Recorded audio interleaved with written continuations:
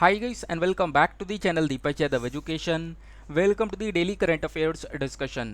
तो गाइज आज की तारीख से जितने भी मोस्ट इंपॉर्टेंट करंट अफेयर्स बनेंगे उन सभी करंट अफेयर्स को हम यहाँ पर डिटेल से डिस्कस करेंगे। ये वीडियो यूपीएससी और स्टेट पीएससी के पॉइंट ऑफ व्यू से बहुत ज़्यादा इंपॉर्टेंट होता है।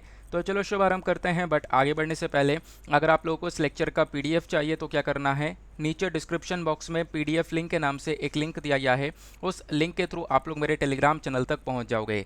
अगर इस तरीके से आपको वो टेलीग्राम चैनल नहीं मिलता है तो एक बहुत सिंपल तरीका है, डायरेक्टली टेलीग्राम ऐप को डाउनलोड करना, सर्च बॉक्स में टाइप करना दीपक यादव एजुकेशन, आपको ये वाला चैनल मिल जाएगा। यहाँ से आप लोग इस लेक्चर के पीडीएफ को डाउनलोड कर पाओगे। साथ ही साथ में अगर आप मेरे साथ में पर्सनली कनेक्ट करना चाहते हो तो इंस्टाग्राम पे जाना और वहाँ पर भी आपको सर्च बॉक्स में दीपक यादव एजुकेशन टाइप करना है, आपको ये प्रोफाइल मिलेगा। यहाँ पे भी कनेक्ट कर अपनी क्वेरीज को मेरे साथ में डिस्कस कर सकते हो। लेक्चर को स्टार्ट करने से पहले मैं आपको कुछ बातें बता देता हूं। देखो, इस वीडियो में हम लोग कुछ एडवांस लेवल के एमसीक्यूज को डिस्कस करते हैं जो कि प्रीलिम्स के लिए बहुत इंपॉर्टेंट हैं। एमसीक्यूज कुछ इस प्रकार से होंगे जो कि यूपीएससी पूछता है, वैसे ही बिल्कुल पैटर्न के ऊपर आपको यहाँ पे क्वेश्चंस मिलेंगे और सारे के सारे करंट अफेयर बेस्ड क्वेश्चन मिलेंगे। ऑल ओवर ये वीडियो आपको आने वाले प्रीलिम्स में बहुत ज़्यादा हेल्प करने वाला है, आपको प्रीलिम्स के लिए मेंटली प्रिपेयर करने वाला है। और सबसे इम्पॉर्टेंट बात, जब आप लोग एग्जामिनेशन में बैठोगे तो कुछ नया सा नहीं लगेगा, क्योंकि आप रोज़ाना शाम को 8 बजे इस वीडियो के माध्यम से प्रीलिम्स के लिए प्रैक्टिस करते हो। क्योंकि यहाँ पे जो क्वेश्चन है वो बहुत ही ज़्यादा सिमिलर नज़र आएंगे जिस प्रकार से यूपीएससी पूछता हुआ नज़र आता है, जैसा कि इस वीडियो में आपको देखने को मिलेगा। एक बार वीडियो देखो, आपको इसके बारे में खुद पता चल जाएगा। एट द लास्ट आप सभी के लिए एक प्रैक्टिस का क्वेश्चन लगाया गया है, तो लास्ट में उस क्वेश्चन को अटेम्प्ट करने की भी कोशिश करनी है। चलो फिर स्टार्ट करते हैं। मैं क्वेश्चन रीड करूंगा, आपको एक्सप्लेन करूंगा, उसको समझाऊंगा भी, उसका आंसर भी बताऊंगा, प्लस यूपीएससी ने इस प्रकार से क्वेश्चन पूछे हैं वो भी बताऊंगा। लेकिन करना क्या है, जैसे ही मैं आपको क्वेश्चन एक्सप्लेन करूंगा आप लोग को ऑनेस्टली वीडियो को पॉज करके नीचे कमेंट सेक्शन में इसका आंसर लिखना है। क्या आपको इसके बारे में पता था या नहीं पता था, उसकी टेस्टिंग करनी है। इसमें काफ़ी सारे ऐसे क्वेश्चंस होंगे जो कि हम लोगों ने पढ़ रखे हैं, मतलब टॉपिक हम लोगों ने पढ़ रखे हैं मॉर्निंग वाले वीडियो में, है ना, तो उससे भी आपको हेल्प मिल जाएगी। स्टार्ट करते हैं। जैसे आज का पहला क्वेश्चन बेसिकली ग्रीन स्टील के बारे में बात करता है। तो ग्रीन स्टील के बारे में मैंने आज ही मॉर्निंग में डाउन टू अर्थ का एक एडिटोरियल पढ़ाया था, आपको याद हो रहा होगा। तो यहाँ पे बात की जाती है which of the following statement is are correct. दो स्टेटमेंट्स आपको नीचे ऑप्शन में दिए गए हैं, बताना यह है कि दोनों स्टेटमेंट में से कौन सा स्टेटमेंट करेक्ट है। और बात ये दो स्टेटमेंट करते हैं ग्रीन स्टील की। देखो, पहला स्टेटमेंट ये बोलता है ग्रीन स्टील बेसिकली एक ऐसा स्टील है जिसको बनाया जाता है कोल गैसिफिकेशन टेक्नोलॉजी के माध्यम से। दूसरा स्टेटमेंट बोलता है जो ग्रीन स्टील की मैन्युफैक्चरिंग है इसको हम लोग ब्लू हाइड्रोजन से भी बना सकते हैं, ब्लू हाइड्रोजन का भी यहाँ पर हम लोग यूज़ कर सकते हैं। बताओ कौन सा आंसर यहाँ पर आपको करेक्ट देखने को मिलेगा। नीचे आपको ऑप्शन दिए गए हैं, option A 1 only, option B 2 only, option C both 1 and 2, या फिर ऑप्शन डी नीदर 1 नर 2। तो इसका करेक्ट आंसर आपको ऑप्शन सी देखने को मिल जाएगा। दोनों के दोनों ऑप्शंस बिल्कुल सही हैं। अब मैं थोड़ा सा एक्सप्लेन करता हूं क्योंकि मैंने मॉर्निंग में आपको पढ़ाया भी था। ग्रीन स्टील की बात होती है, देखो जब हम लोग नॉर्मली स्टील की बात करते हैं ना, कुछ इस प्रकार से आपने देखा होगा, ये जो स्टील बनाया जाता है इसके पीछे बहुत सारा पोल्यूशन होता है, बहुत सारा प्रदूषण भी होता है, कोयला जलाना पड़ता है ना, बहुत सारी चीज़ें लगती हैं। लेकिन ये जब पोल्यूशन बहुत ज़्यादा करने के बाद में स्टील बनता है तो वो ग्रीन स्टील नहीं कहलाता है। ग्रीन स्टील कब कहलाएगा, जब स्टील को बनाने के प्रोसेस में पोल्यूशन ना के बराबर हो रहा हो या पोल्यूशन बहुत कम हो रहा हो, तो बेसिकली वो ग्रीन स्टील कहलाएगा। समझ में आई बात। आगे मैं आपको और डिटेल समझाता हूँ। देखो ग्रीन स्टील क्या होता है ना, यहाँ पे हम लोग स्टील की मैन्युफैक्चरिंग करते हैं, स्टील को बनाते हैं बिना फॉसिल फ्यूल्स का इस्तेमाल करके, बिना फॉसिल फ्यूल का इस्तेमाल करके, बिना फॉसिल फ्यूल को जलाकर, बिना पोल्यूशन कर हम लोग जब स्टील को बनाते हैं तो वो ग्रीन स्टील कहलाता है। जब अभी जैसे नॉर्मल तरीके से स्टील बनती है उस समय पोल्यूशन बहुत ज़्यादा होता है, कोयला डायरेक्टली जलाते हैं, है ना, जो हमारे कोल फायर पावर प्लांट्स होते हैं उसका उपयोग करते हैं, तो उसमें पोल्यूशन बहुत ज़्यादा होता है, तो वो ग्रीन स्टील वाली कैटेगरी में नहीं आएगा। ये बात ध्यान में रख लेना। दूसरा यहाँ पर आप देखोगे, अब जब ग्रीन स्टील को बनाया जा रहा है, पोल्यूशन करना नहीं है, तो इसमें हम लोग क्या क्या इस्तेमाल करते हैं, लो कार्बन एनर्जी सोर्सेस, यानी कुछ इस प्रकार के एनर्जी सोर्सेस का इस्तेमाल करेंगे जिससे पोल्यूशन कम हो, यानी जिससे कार्बन बहुत ज़्यादा कम निकले। जैसे हाइड्रोजन, हाइड्रोजन से पोल्यूशन कम होगा। जैसे कोल गैसिफिकेशन, कोल गैसिफिकेशन क्या है, देखो मैंने आपको पहले ही पढ़ा रखा है। कोल गैसिफिकेशन बेसिकली एक ऐसा प्रोसेस है जहाँ पर हम लोग कोयले के साथ में एयर, ऑक्सीजन, स्टीम का भी इस्तेमाल करते हैं और कार्बन डाइऑक्साइड को भी हम लोग कोल के साथ में ऑक्सीडाइज करते हैं ताकि हम लोग एक फ्यूल गैस को बना सकें। तो यहाँ पर भी पोल्यूशन काफ़ी हद तक कम हो जाता है। कहने का मतलब है कोयले को हम लोग गैस में कन्वर्ट कर देते हैं, तो ये कोल गैसिफिकेशन के माध्यम से भी हम लोग स्टील को बना सकते हैं। साथ ही साथ में इलेक्ट्रिसिटी का भी इस्तेमाल कर सकते हैं, लेकिन अभी के टाइम पर कोल फायर्ड प्लांट्स का इस्तेमाल होता है जहाँ पर कच्चे कोयले को डायरेक्टली जला दिया जाता है, तो इससे पोल्यूशन बहुत ज़्यादा होता है। लेकिन हाइड्रोजन, कोल गैसिफिकेशन और इलेक्ट्रिसिटी का जब यूज़ करते हैं तो यहाँ पे पोल्यूशन थोड़ा सा कम होता है।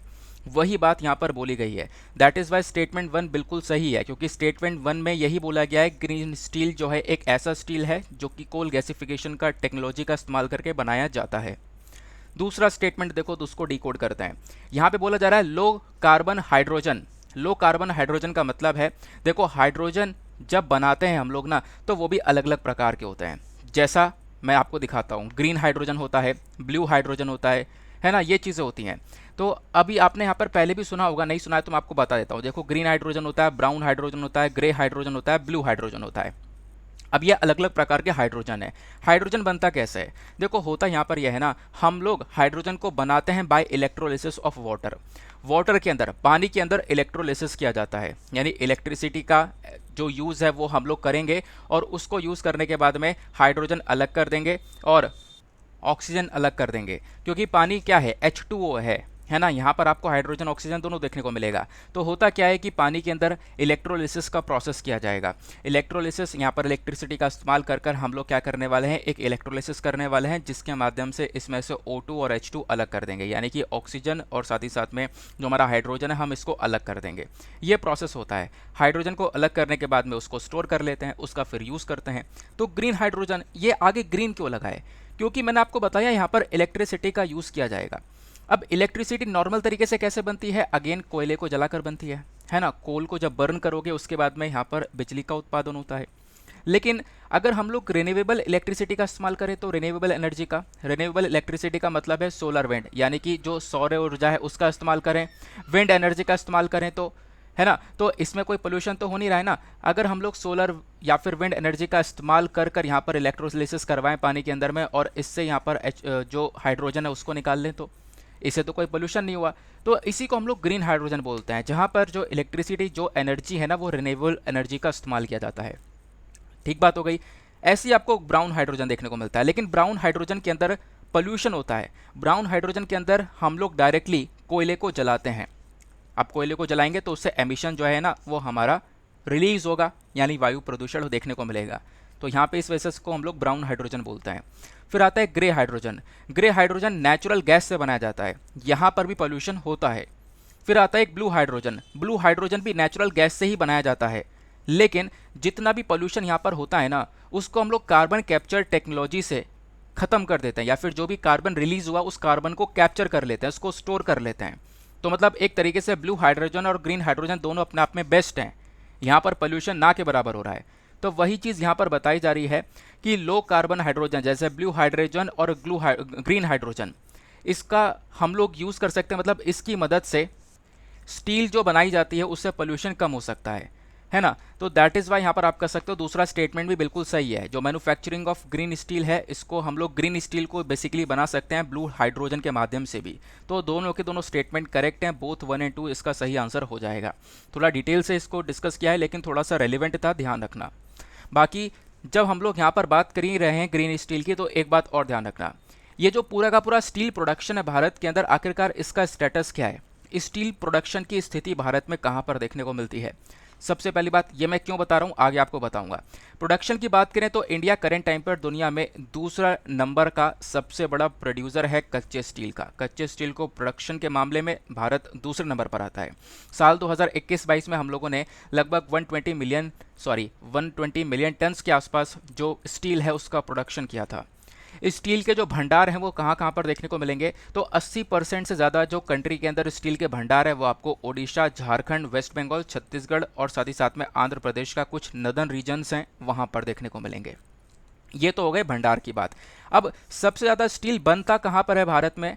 तो देखो छत्तीसगढ़ के अंदर भिलाई हो गया, वेस्ट बंगाल के अंदर दुर्गापुर, वेस्ट बंगाल के अंदर बर्नपुर, झारखंड के अंदर जमशेदपुर, ओडिशा के अंदर राउरकेला और झारखंड के अंदर बोकारो। ये कुछ ऐसे पर्टिकुलर प्लेसेस हैं जहाँ पर स्टील का प्रोडक्शन सबसे ज़्यादा होता है, या फिर आप कह सकते हो ये जो एरियाज़ हैं ये इंपॉर्टेंट स्टील प्रोड्यूसिंग सेंटर्स के नाम से भी जाने जाते हैं। ये हमने देखा प्रोडक्शन के बारे में। अब बात करते हैं कंजम्पशन के बारे में। प्रोडक्शन तो हम कितना करते हैं आप लोगों ने यहाँ पर जान लिया। कंजम्पशन की बात करेंगे तो अगेन इंडिया जो है सेकंड नंबर पर आने वाला लार्जेस्ट कंज्यूमर भी है। हम लोग यहाँ पर फिनिश्ड स्टील का जो पूरा तैयार होता है स्टील, उसका कंजम्पशन भी बहुत ज़्यादा करते हैं। हालांकि चाइना नंबर 1 पर है कंजम्पशन के मामले में, फिर सेकेंड नंबर पर इंडिया आपको देखने को मिल जाता है। क्लियर हो गई बात। अब थोड़ा सा आगे आते हैं। क्या ऐसे क्वेश्चन बनते हैं? बिल्कुल बनते हैं। आप देखो यूपीएससी का प्रीवियस ईयर क्वेश्चन साल 2014 का क्वेश्चन है ये। साल 2014 में मतलब स्टील इंडस्ट्री से डायरेक्टली रिलेटेड क्वेश्चन पूछ लिया गया था। क्वेश्चन क्या था? Which of the following are some important pollutants released by steel industry in India. जब स्टील को बनाते हैं ना तो उससे बहुत सारा पोल्यूशन निकलता है, ये मैंने आपको बताया। तो कौन कौन सा पोल्यूटेंट्स हैं जो कि रिलीज होता है स्टील इंडस्ट्री से, ये आपको बताना है। यहाँ पे बताया गया oxide of sulphur, oxides of nitrogen, carbon monoxide, carbon dioxide. अब बताओ इसमें से करेक्ट क्या है? ऑप्शन ए बोलता है 1, 3 and 4 only, option B 2 and 3 only, option C 1 and 4 only, या फिर ऑप्शन डी चारों ही चीज़ें निकलती हैं। तो इसका करेक्ट आंसर आपको ऑप्शन नंबर 4 देखने को मिलेगा। ये चारों के चारों एज अ पोल्यूटेंट रिलीज होता है एनवायरमेंट में स्टील इंडस्ट्री से। तो ऐसा क्वेश्चन यहाँ पर आया था। हालांकि सुबह मैंने आपको इसके बारे में पढ़ाया था, ठीक है ना। मैं आपको दिखा रहा हूँ कि ऐसे क्वेश्चन आया था। ये मैंने चीज़ें आपको सुबह बता दी हैं कि कौन कौन से पोल्यूटेंट्स स्टील को बनाने पर रिलीज होते हैं। उन सारे पोल्यूटेंट्स को अपने पास में नोट डाउन कर सकते हो। तो carbon monoxide, dioxide, oxide of sulphur, oxides of nitrogen, ये सारी तो रिलीज होते ही होते हैं। साथ ही साथ में PM2.5 waste water, hazardous waste और सॉलिड वेस्ट भी रिलीज होता है। क्लियर हो गया? आगे आते हैं। अब देखो अगला क्वेश्चन 2019 में फिर से यहाँ पर एक क्वेश्चन आता है। मैंने आपको इस वाले आर्टिकल में स्टील प्रोडक्शन के स्टेटस के बारे में बताया। स्टील प्रोडक्शन के स्टेटस के बारे में मैंने क्यों बताया? क्योंकि ऐसे क्वेश्चन बन जाते हैं। देखो 2019 में कोल सेक्टर के बारे में पूछ लिया गया था। यहाँ पे आपको बोला गया है कंसिडर द फॉलोइंग स्टेटमेंट्स।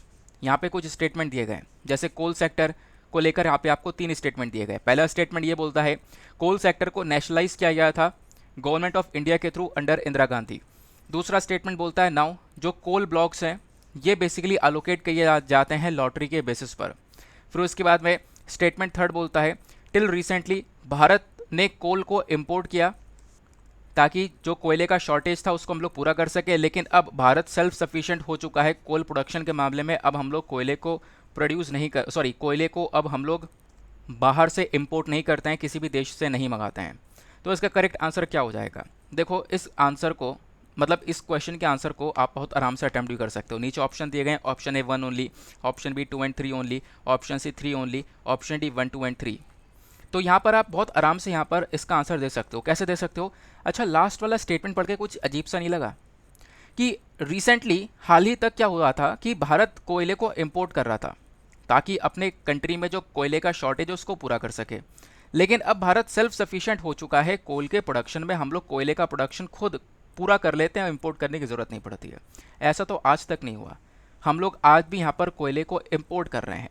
तो यहाँ पर तीसरा स्टेटमेंट तो वैसे ही निकल गया, कोयले को आज तक इंपोर्ट किया जा रहा है। तो तीसरा स्टेटमेंट जैसे यहाँ पर हमारे दिमाग में आया ये तो इनकरेक्ट है, तुरंत ऑप्शन पर आ जाओ। देखो तीसरा स्टेटमेंट ऑप्शन नंबर डी में भी है, ऑप्शन नंबर सी में भी है और ऑप्शन नंबर बी में भी है। तो ये तो तीनों के तीनों ऑप्शन ऐसे ही हट जाते हैं और हमारा जो 1 जो है ना 1 ओनली ये करेक्ट आंसर हो जाता है। और पहला ही स्टेटमेंट वाकई में ही सही है कि कोल सेक्टर को नेशनलाइज किया गया था हमारे भारत सरकार के through under the Indira Gandhi. Clear हुआ? आगे आते हैं नेक्स्ट इंपॉर्टेंट क्वेश्चन। इस क्वेश्चन को बहुत आराम से आप लोग अटेम्प्ट करने की कोशिश करना और यूपीएससी का एक फेवरेट पोर्शन है ये। हर साल मैप बेस्ड क्वेश्चन आता ही आता है, आएगा नहीं, आता ही आता है हर साल मैप का क्वेश्चन। एक क्वेश्चन क्या बोलता है? Which of the following statements is are correct. 2 statement दिए गए हैं, बताना यह है कि कौन सा स्टेटमेंट सही है। पहला स्टेटमेंट बोलता है कि जो पैसिफिक आइलैंड कंट्रीज हैं, यानी कि जो पैसिफिक ओशन में आपको ये कंट्रीज देखने को मिलती हैं, छोटे छोटे आइलैंड कंट्रीज देखने को मिलती हैं। तो पैसिफिक आइलैंड कंट्रीज बेसिकली क्या है? क्लस्टर ऑफ स्टेट्स हैं जो कि tropical zone of the Pacific ocean में देखने को मिलती हैं। अभी मैं इसको थोड़ा सा एक्सप्लेन करूंगा, नहीं तो फिर इस पिक्चर से वैसे आप पहला पॉइंट समझ गए होंगे, ये पिक्चर मैंने गलत लगा रखा है, लेकिन इस पिक्चर से आप पहला पॉइंट समझ गए होंगे, है ना। तो ट्रॉपिकल जोन है ना, मतलब जो पैसिफिक आइलैंड कंट्रीज़ हैं वो एक ग्रुप देखने को मिलेगा छोटे छोटे आइलैंड कंट्रीज़ का, जो कि ट्रॉपिकल जोन वाले रीजन में स्थित हैं, है ना। हमारे पैसिफिक ओशन के अंदर ट्रॉपिकल जोन वाले रीजन में आपको ये सारा का सारा जो आइलैंड कंट्रीज़ है वो नज़र आती हैं। दूसरा स्टेटमेंट बोलता है जो किरीबाती है, किरीबाती भी एक पैसिफिक आइलैंड कंट्री है। बताओ कौन सा स्टेटमेंट सही है। पहला स्टेटमेंट बोलता है 1 ओनली, दूसरा 2 ओनली, तीसरा दोनों सही हैं, चौथा यहाँ पर दोनों में से कोई भी सही नहीं है। इसके आंसर को देखते हैं। दोनों के दोनों आंसर बिल्कुल सही हैं। अब मैं आपको बताता हूँ। देखो आप लोग सोच रहे होंगे यार क्या बकवास सा क्वेश्चन है ना, लेकिन ऐसा नहीं है, बहुत इंपॉर्टेंट क्वेश्चन है और इसी वजह से मैंने यहाँ पर आर्टिकल भी लगा दिया है। ये देखो द हिंदू के अंदर न्यूज़ में था, क्योंकि रिसेंटली यूएस ने अनाउंसमेंट किया है 810 मिलियन डॉलर्स की नई फंडिंग प्रोवाइड करवाई जाएगी पैसिफिक आइलैंड्स को। इस वजह से पैसिफिक आइलैंड्स यहाँ पर न्यूज़ में बना हुआ है। और पैसिफिक आइलैंड ओवरऑल है क्या, ये सब कुछ मैं आपको बातें बताऊंगा, ठीक है ना। तो ये आर्टिकल मैंने दिखा दी क्योंकि आपको क्वेश्चन लग रहा होगा यार कितना अच्छा क्वेश्चन है भी नहीं, लेकिन इंपॉर्टेंट क्वेश्चन है, क्योंकि मैंने अभी अपनी आपकी वाली एस्पिरेंट लाइफ जी है, तो ऐसा लगता है यार ये कुछ इंपॉर्टेंट नहीं है, लेकिन बहुत यही चीज़ें कहीं ना कहीं फिर इंपॉर्टेंट सी बनती हुई नजर आती हैं। एक्सप्लेनेशन की अगर हम लोग बात करें तो जो ये पैसिफिक आइलैंड कंट्रीज़ है ना, ये बेसिकली 14 अलग अलग स्टेट्स का क्लस्टर है। यानी कि यहाँ पर आपको 14 अलग अलग इस प्रकार से कंट्रीज़ देखने को मिलती हैं इस पूरे के पूरे पैसिफिक ओशन के अंदर। जब पैसिफिक आइलैंड कंट्रीज़ की बात आएगी तो ध्यान रखना 14 स्टेट्स आपको नज़र आते हैं जो कि पैसिफिक ओशन के ट्रॉपिकल जोन वाले रीजन में स्थित हैं। अब मतलब क्या है, क्योंकि जब आप लोग ये देखते हो ना, इस वाले मैप को देखो, एक सेकेंड को, इस वाले मैप को मैं जूम कर देता हूँ, जूम कर दूंगा तो थोड़ा सा अच्छे से क्लियर हो जाएगा। अब यहाँ पर आप लोग को एक चीज़ नज़र आ रही होगी, वो ये है कि आप लोग ऊपर देखो, ये जो ग्रीन वाला रीजन दिख रहा है, ये जो ग्रीन वाला पोर्शन दिख रहा है, ये पूरा का पूरा ट्रॉपिकल जोन वाला है। इसके ऊपर हो गया ट्रॉपिक ऑफ कैंसर, नीचे हो गया ट्रॉपिक ऑफ कैप्रिकॉर्न, और बीच में हो गया हमारा ये ट्रॉपिकल वाला जोन, है ना। Tropic of Cancer, Tropic of Capricorn के बीच में इक्वेटर है, और बेसिकली इन दोनों ट्रॉपिक्स के बीच में ये हमारा क्या कहलाता है, ट्रॉपिकल जोन कहलाता है। और हम लोग बात कर रहे हैं पैसिफिक आइलैंड की, तो ये तो इंडियन ओशन हो गया, इसके इधर पैसिफिक ओशन हो गया, आपको पता होगा इंडो पैसिफिक से याद आ रहा होगा, है ना। यहाँ पर पैसिफिक ओशन हो गया। तो यहाँ पे हम लोग बात कर रहे हैं ये रही ये आइलैंड कंट्रीज़ की, क्योंकि पैसिफिक ओशन के अंदर यहीं पर ये सारी की सारी आइलैंड कंट्रीज़ हैं, छोटे छोटे आइलैंड्स आपको नज़र आते हैं, है ना। तो पैसिफिक ओशन के अंदर ये जो छोटे छोटे आइलैंड्स हैं इन्हीं की बात की जा रही है, जो कि ट्रॉपिकल जोन के अंदर हैं। नहीं तो फिर ऊपर नीचे आपको अलग अलग रीजन देखने को मिलेगा। हम लोग केवल ट्रॉपिकल जोन की बात कर रहे हैं, मतलब केवल इतने हिस्से की बात कर रहे हैं, ठीक है ना। क्योंकि ट्रॉपिकल जोन जो है वो ट्रॉपिक ऑफ कैंसर और ट्रॉपिक ऑफ कैप्रिकॉर्न के बीच वाला रीजन है, हम केवल इतने हिस्से की बात कर रहे हैं। समझ में आई बात। आई होप अब यहाँ पर आपको बहुत अच्छे से क्लियर हो चुका होगा। थोड़ा सा ट्रिकी था लेकिन मामला यहीं पे ख़त्म हो जाता है। अब हम लोग आगे आते हैं। देखो यहाँ पर पहला स्टेटमेंट जो है ना वो बिल्कुल सही है, क्योंकि पैसिफिक आइलैंड कंट्रीज़ की बात करते हैं तो ये कंट्रीज़ बेसिकली आपको पूरा ग्रुप में ये देखने को मिलता है, पूरा का पूरा क्लस्टर देखने को मिलता है, झुंड देखने को मिलता है, जो कि बेसिकली ट्रॉपिकल जोन वाले रीजन में स्थित हैं। तो पहला स्टेटमेंट सही है। और दूसरा स्टेटमेंट भी सही है, क्योंकि यहीं पर आसपास किरीबाती भी है। किरीबाती भी एक पैसिफिक आइलैंड कंट्री है ना, पैसिफिक ओशन पर ही स्थित है। तो ये वाला भी स्टेटमेंट बिल्कुल सही है। दैट इज़ वाई बोथ 1 और 2 इसका सही आंसर हो जाएगा। अभी मैं आगे आपको बताऊंगा कि इसके अंदर कौन कौन सी कंट्रीज़ भी आती हैं। समझ में आई बात। अब पैसिफिक आइलैंड कंट्रीज़ की अगर हम लोग बात करें तो यहाँ पे आप देखोगे कुछ इंपॉर्टेंट आइलैंड्स आते हैं, जैसे कि कुक आइलैंड, यानी कि पैसिफिक आइलैंड के बीच, मतलब पैसिफिक आइलैंड की जब बात आती है तो कौन कौन सा आइलैंड है, कुक आइलैंड, फिजी, किरीबाती भी इसमें आता है। देन उसके बाद Republic of Marshall Islands, federal states of Micronesia, Nauru, new, Palau, Papua new Guinea, Samoa, Solomon island, very important, Solomon island बहुत ज़्यादा न्यूज़ में है, तोंगा, तुवालू, वनातू, ये सारे इंपॉर्टेंट आइलैंड्स देखने को मिलेंगे जो कि पैसिफिक आइलैंड कहलाते हैं, जो हमारे ट्रॉपिकल जोन वाले रीजन में आते हैं। तो स्टेटमेंट 2 भी सही है, क्योंकि इसमें किरीबाती भी आता है। समझ में आ गई बात। तो ये वर्ल्ड मैप हो गया, ये इंडियन ओशन हो गया, ये पैसिफिक ओशन हो गया। आप देख पाओगे तमाम यहाँ पर आइलैंड कंट्रीज़ नज़र आ जाती हैं हमारे ट्रॉपिकल जोन के अंदर। अब देखो मैं आपको थोड़ा सा पैसिफिक आइलैंड कंट्रीज़ के बारे में और पढ़ा देता हूँ। पैसिफिक आइलैंड कंट्रीज़ के अंदर आपको 14 अलग अलग आइलैंड देखने को मिलते हैं, 14 अलग अलग छोटे छोटे देश देखने को मिलते हैं, जो कि ट्रॉपिकल जोन वाले रीजन में स्थित हैं। समझ में आई बात। वो सारे नाम मैंने अभी आपको थोड़ी देर पहले ही बता दिए हैं। इंपॉर्टेंस की बात करें तो देखो इसका बहुत ज़्यादा इंपॉर्टेंस है। ये एरिया अपने आप में बटे हुए हैं, 3 हिस्सों में बटे हुए हैं। जब हम लोग बात करते हैं पैसिफिक आइलैंड्स के बारे में तो 3 हिस्से ध्यान रखना, एक है माइक्रोनेशिया, एक है पॉलिनेशिया और एक है मेलानेशिया। जैसे मेलेनेशिया में आप देखोगे Indonesia, Papua new Guinea, Solomon island, ये सारे आ जाते हैं। माइक्रोनेशिया में आप देख पाओगे Mariana Island, Guam, Marshall Island, ये आ जाते हैं। पॉलिनेशिया में किरीबाती, जिसके बारे में हमने पढ़ा, तुवालू, समोआ, कुक आइलैंड, ये सब आ जाता है। तो ये अलग अलग रीजन में बटा हुआ है, ठीक है ना, माइक्रोनेशिया, मेलेनेशिया और पॉलिनेशिया। समझ में आई बात।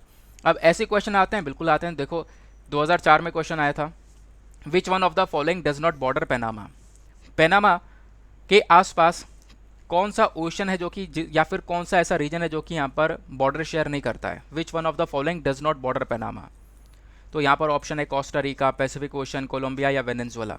इसका करेक्ट आंसर आपको डी देखने को मिलेगा। तो पनामा एक ऐसा देश है जो कि सेंट्रल अमेरिका रीजन में स्थित है। इसके बॉर्डर की अगर हम लोग बात करें तो Caribbean sea, north Pacific ocean है ना, उसके बाद में कोलंबिया, कोस्टा रिका, ये एरिया देखने को मिलता है। लेकिन यहाँ पर जो वेनेजुएला है वो इसके आसपास नहीं है, या फिर वेनेजुएला इसके साथ में बॉर्डर शेयर नहीं करता है। ठीक बात हो गई। तो इस वजह से यहाँ पर इसका करेक्ट आंसर डी हो जाता है। वैसे यहाँ पर 2007 में एक और क्वेश्चन पूछा गया था कोप कैबाना बीच को लेकर। कोप कैबाना बीच कहाँ पर स्थित है।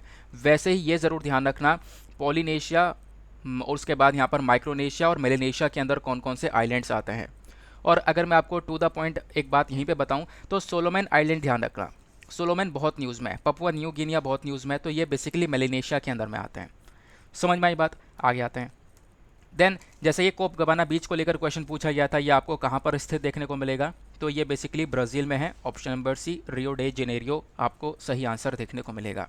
और ये आपका होगा सर, ये तो बहुत पुराने पुराने क्वेश्चन हो गए, 2007, 2004। ये देखो अब की बार का लेटेस्ट 2004 का, सॉरी 2022 का है ना। 2022 के अंदर अफगानिस्तान को लेकर अब की बार लोकेशन पूछ ली गई थी।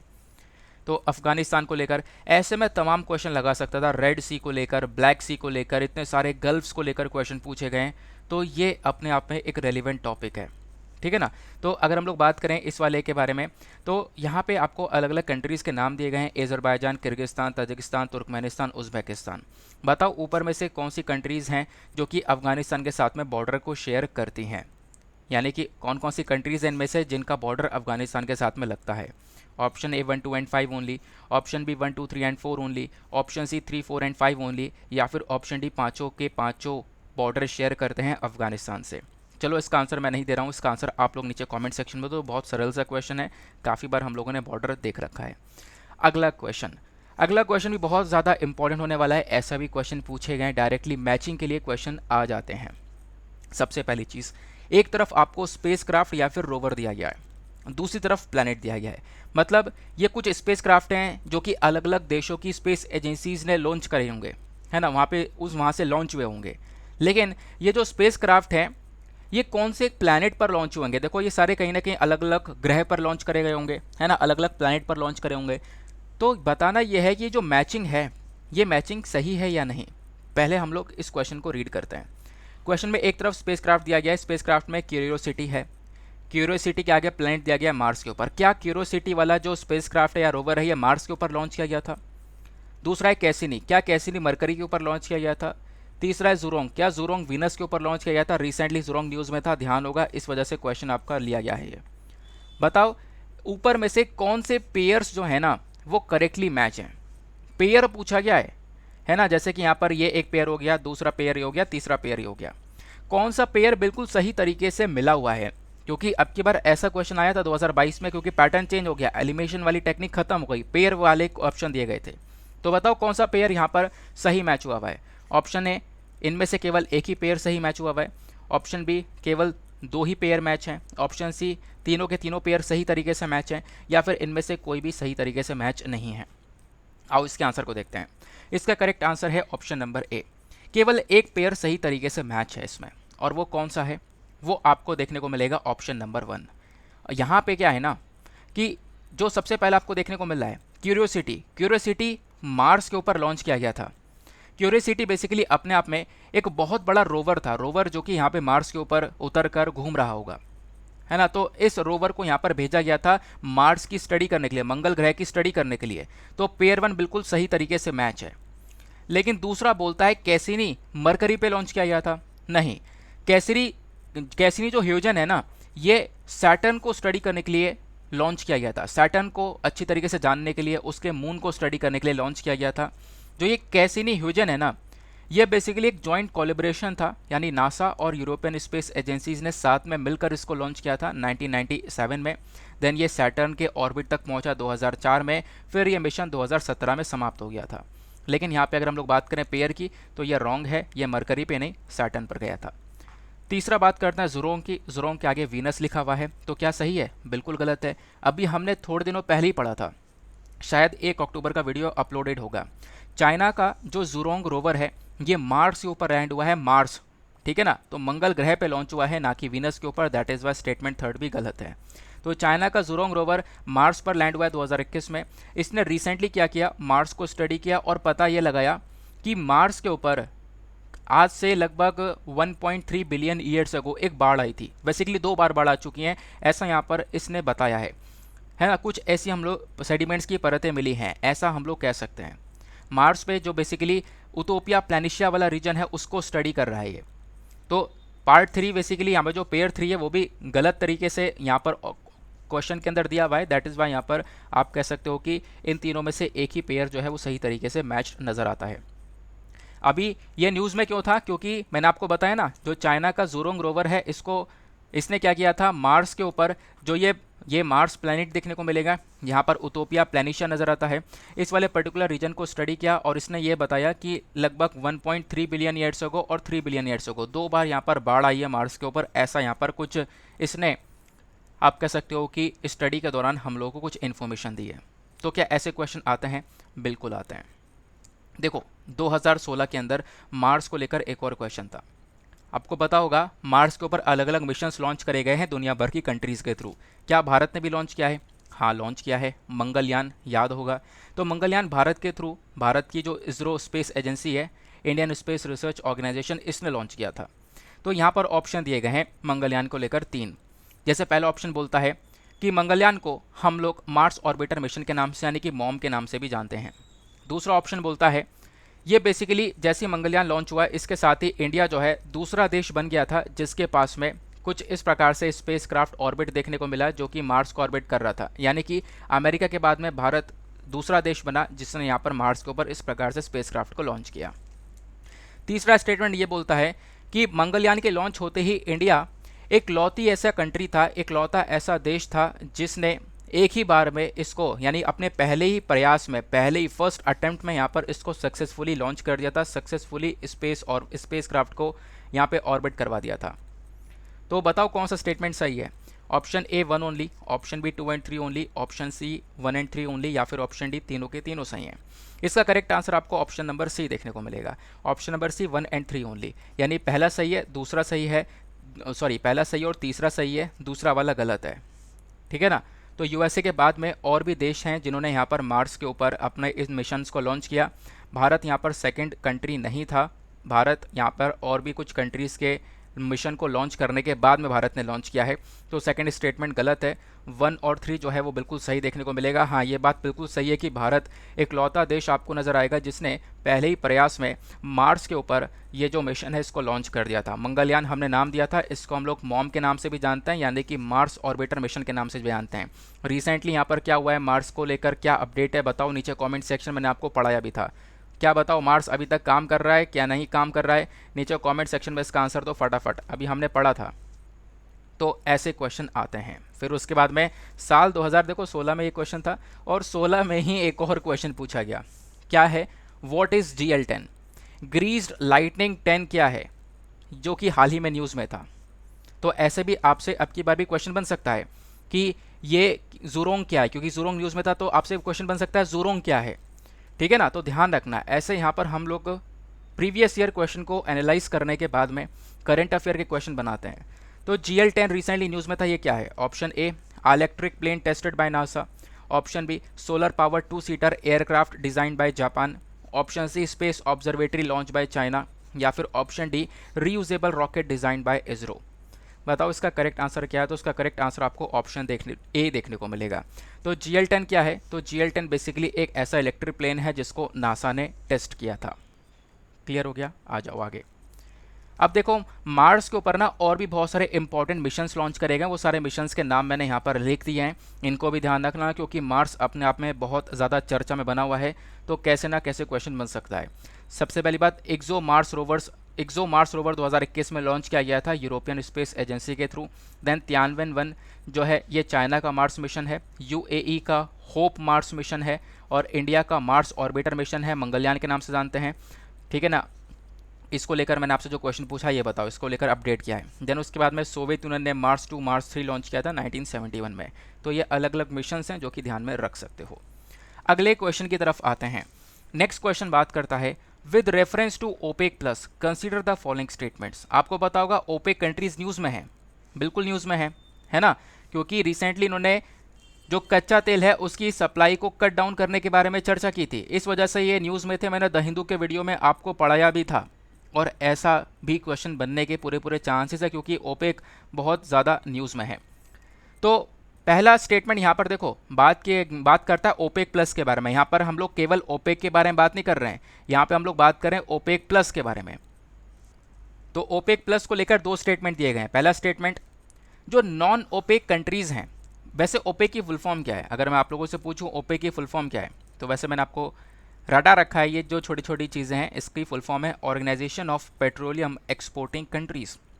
जो पेट्रोल को एक्सपोर्ट करती हैं ना, उन कंट्रीज़ का ये एक ग्रुप आपको ये देखने को मिलेगा। लेकिन हम लोग बात करें यहाँ पर ओपेक प्लस की, तो ओपेक प्लस को लेकर पहला स्टेटमेंट ये बोलता है कि जो नॉन ओपेक कंट्रीज़ हैं जो कि कच्चे तेल को एक्सपोर्ट करती हैं, उन्हीं को हम लोग ओपेक प्लस कंट्रीज़ बोलते हैं। मतलब ओपेक ग्रुप के अंदर कुछ कंट्रीज़ देखने को मिलती हैं, उन कंट्रीज से मिलकर ये ग्रुप बना हुआ है। लेकिन कुछ और ऐसे देश हैं जो कि कच्चे तेल को एक्सपोर्ट करते हैं, लेकिन वो ओपेक का हिस्सा नहीं है। तो वही बोला जा रहा है। पहला स्टेटमेंट ये बोलता है कि जो नॉन ओपेक कंट्रीज़ हैं जो कच्चे तेल को एक्सपोर्ट करती हैं, उन्हीं को हम लोग ओपेक प्लस बोलते हैं। दूसरा स्टेटमेंट ये बोलता है ये बेसिकली एक इनफॉर्मल ग्रुपिंग है जिसके अंदर मैक्सिको, रशिया और यूएई नज़र आता है। बताओ कौन सा स्टेटमेंट सही है। पहला स्टेटमेंट बोलता है 1 ओनली, दूसरा 2 ओनली, तीसरा दोनों सही हैं, या फिर चौथा दोनों ही गलत हैं। इसका करेक्ट आंसर आपको 1 ओनली देखने को मिलेगा। केवल 1 वाला बिल्कुल सही है ना। मैं आपको थोड़ा डिटेल्स इसके बारे में बताता हूँ। ओपेक कंट्रीज़ की जब हम लोग बात करते हैं तो यह है organisation of petroleum exporting countries. ये बेसिकली एक परमानेंट इंटर गवर्नमेंटल ऑर्गेनाइजेशन है। ये ओपेक ग्रुप की जब हम लोग बात करते हैं ना, तो ये कंट्रीज़ क्या करती हैं, तेल को एक्सपोर्ट करती हैं, कच्चे तेल को एक्सपोर्ट करती हैं। इस पर्टिकुलर ओपेक वाले ग्रुप को बनाया गया था Iran, Iraq, Kuwait, Saudi Arabia और वेनेजुएला के थ्रू। बाद में इसको बहुत सारे देशों ने ज्वाइन किया, जैसे कतर ने ज्वाइन किया, इंडोनेशिया ने, Libya, UAE, Algeria, Nigeria, Ecuador, Gabon, Angola, इन सब कंट्रीज़ ने यहाँ पर बाद में ज्वाइन किया। लेकिन करेंट टाइम पर काफ़ी सारी कंट्रीज़ ने इसको मतलब स्किप भी कर दिया था, काफ़ी सारी कंट्रीज इससे बाहर भी निकल गई थी। ये बात आपको यहाँ पर समझ में आई। अब ये तो हमने देखा ओपेक के बारे में, लेकिन ओपेक प्लस देश वो देश हैं जो कि इस ओपेक के अंदर में नहीं आते हैं। ओपेक वाली कंट्रीज तो वो हैं जो कि कच्चे तेल को एक्सपोर्ट करती हैं, लेकिन इन कंट्रीज़ के अलावा भी कुछ ऐसे देश और हैं जो कि कच्चे तेल को एक्सपोर्ट करते हैं, लेकिन वो ओपेक के अंदर में नहीं आते, ठीक है ना। अब जो एक्सपोर्ट करते हैं वो ओपेक में नहीं आते हैं, तो उन्होंने क्या कर दिया, ओपेक प्लस बना दिया, ओपेक प्लस बना दिया। उस ओपेक प्लस के अंदर कौन कौन सी कंट्रीज़ हैं, Azerbaijan, Bahrain, Brunei, Kazakhstan, Malaysia, Mexico, Oman, Russia, south Sudan, ये कंट्रीज़ आपको नज़र आती हैं। सिंपल बात हो गई। तो इसमें ऐसा नहीं है कि हाँ केवल इन तीनों कंट्रीज़ का ये इनफॉर्मल ग्रुप है, ऐसा नहीं है। लेकिन वहाँ पर आप देखोगे काफ़ी सारी कंट्रीज़ आपको नज़र आती हैं ओपेक प्लस के अंदर भी। तो इस वजह से स्टेटमेंट 2 जो हमारा गलत हो जाता है, पहला स्टेटमेंट आपको बिल्कुल सही देखने को मिलेगा, जैसा अभी हम लोगों ने डिस्कस किया। ठीक बात हो गई, क्योंकि ओपेक प्लस के अंदर कौन कौन से देश हैं ये मैंने आपको स्टेटमेंट में लगा कर दे दिया है। इसके बारे में आप लोग यहाँ पर फटाफट देख लेना। नॉन ओपेक कंट्रीज़ कौन सी हैं ये भी मैंने आपको सिंपल से शब्दों में बता दिया है। स्टेटमेंट 1 सही है, स्टेटमेंट 2 जो है वो इनकरेक्ट है। अब क्या ऐसे क्वेश्चन आते हैं, बिल्कुल आते हैं। साल 2016 का क्वेश्चन देखो, आज 2016 के बड़े सारे क्वेश्चन हैं, मतलब 2016 वाला क्वेश्चन देखो, पेपर देखो बाद में, तो ऐसा लग रहा है काफ़ी ईजी सा था। अब यहाँ पे बात करेंगे विच of the following is not a member of gulf cooperation council. जैसे ओपेक के बारे में आपने पढ़ा है ना, वैसे एक बार गल्फ कोऑपरेशन काउंसिल को लेकर क्वेश्चन बन गया था कि जीसीसी के अंदर ये सारी कंट्रीज आती हैं, Qatar, Saudi Arabia, Bahrain, Kuwait, Oman, UAE. यहाँ से आपसे पूछा गया, यहाँ पे ऑप्शन में आपको 4 कंट्रीज़ के नाम दे दिए गए, ईरान, सऊदी अरेबिया, ओमान और कुवैत। और आपसे पूछा यह गया कि बताओ इन चारों में से कौन सा एक ऐसा देश है जो कि गल्फ कोऑपरेशन काउंसिल का मेंबर नहीं है। तो आपने देखा ये 6 के 6 मेंबर्स पड़े, इसमें ईरान नहीं आता, तो ईरान इसका ए जो है इसका सही आंसर हो जाएगा, है ना, ये ध्यान रखना। फिर साल 2009 में इसी प्रकार से एक और क्वेश्चन पूछा गया कि जो प्रेजेंट ग्रुप नेशन है जिसको हम लोग G8 के नाम से जानते हैं, ये बेसिकली एक समय पर G7 हुआ करता था, बाद में इसमें एक कंट्री को ऐड किया गया था, तब ये G8 बना।